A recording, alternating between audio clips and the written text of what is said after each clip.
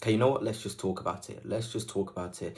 Jhon Duran has accepted a move to the Saudi League to play with Cristiano Ronaldo for Al Nassr, around 75 million euros. A lot of money for Villa, most definitely.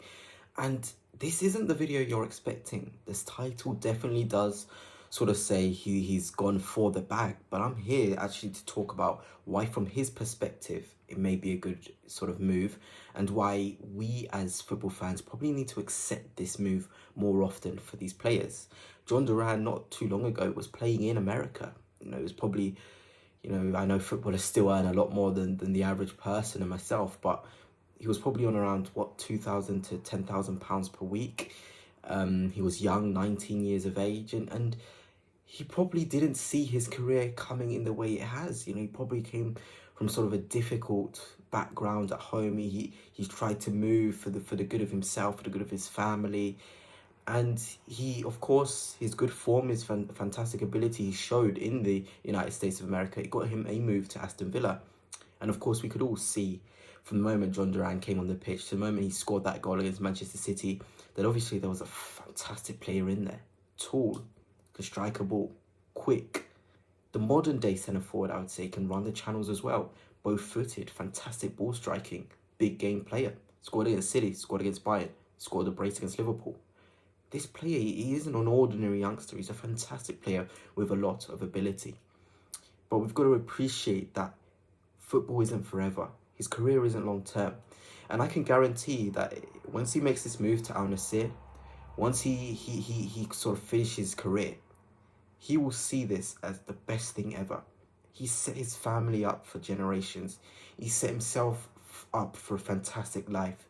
Who knows? I know he signed a new contract recently with Villa, but who knows what could happen in a footballer's life? They can get a major injury that ruins their career forever.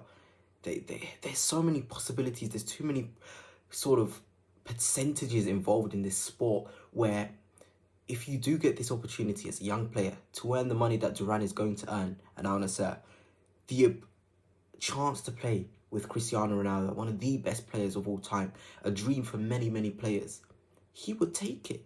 He's got to take it. And the bonus for him, he obviously loves football. He obviously wants to be playing. He threw tantrums to try and get a move to West Ham. He's going to be playing week in, week out with one of the greatest players we've seen of all time and earning a wage which will set him and his family up for generations.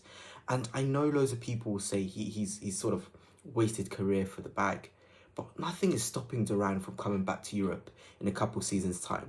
We've seen players go to Saudi League and come back 2-3 years later, or even 18 months later in the case of Jota, who's gone back to Celtic. This move isn't the end of Jhon Duran. He'll probably go there, probably build up his experience. I know his reputation within football, we may never see it sort of accelerate because he'll be in the Saudi League. But there's still a chance for him to come back to Europe and play for the biggest teams. But for him, he's made the calculated risk.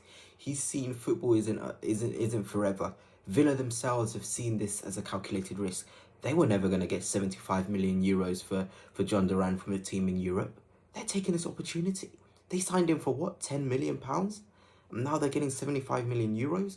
This move just makes sense from a business point of view, from a player point of view, and also from a career point of view, definitely. Because at 21 years old, it's not over for Duran to come back in Europe and appease people and play for the biggest clubs in Europe. There's still time for that. Villa, they can reinvest this money into players who will come straight into the first team, straight into the lineup. If you were to ask me, because Arsenal obviously made a bid for Ollie Watkins, who would you sell? 75 million euros for Duran or 60 million for Watkins? Watkins is contributing now. He can help Villa get into the Champions League. He can definitely do that this season, help them get into Europe of any description.